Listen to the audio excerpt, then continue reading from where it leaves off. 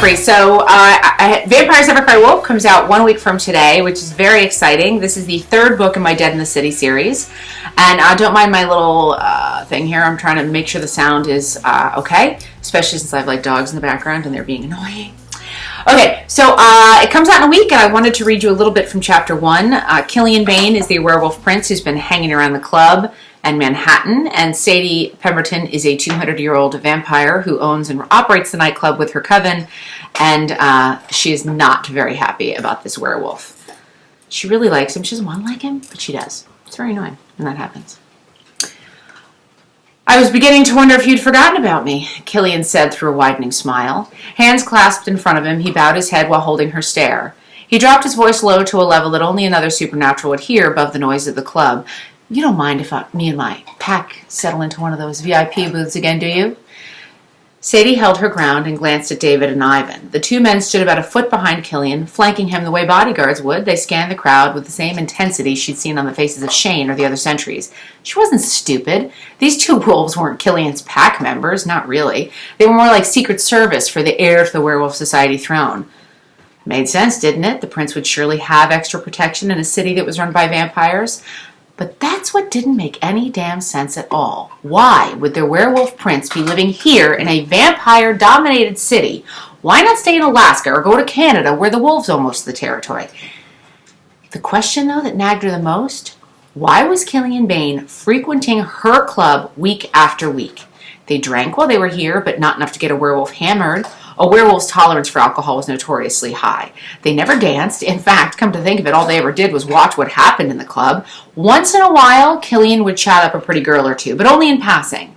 The wolf was definitely up to something, and she'd bet her left fang it had to do with Maya.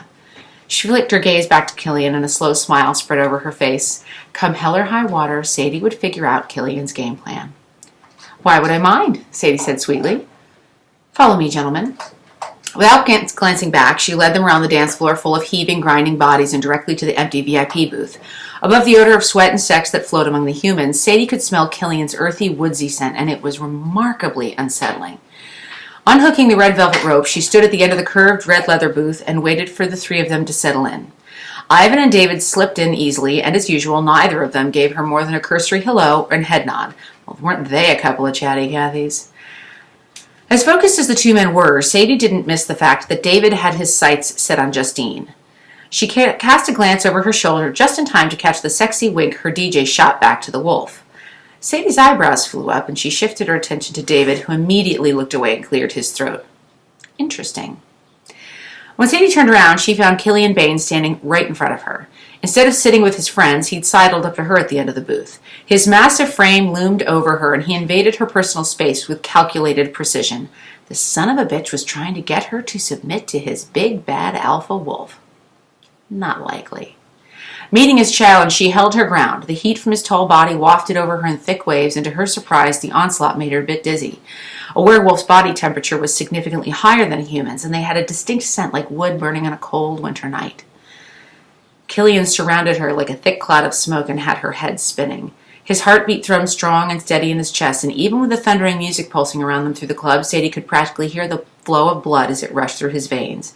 His blood called to her like a seductive siren song, willing her closer, tempting her with its forbidden power. Drinking from wolves was a big fat no-no, and doing so could effectively break the delicate treaty between the two races. Logically, she knew that, sure, what vampire didn't, but bloodlust was anything except logical. It was carnal, primal, all-consuming, and savage.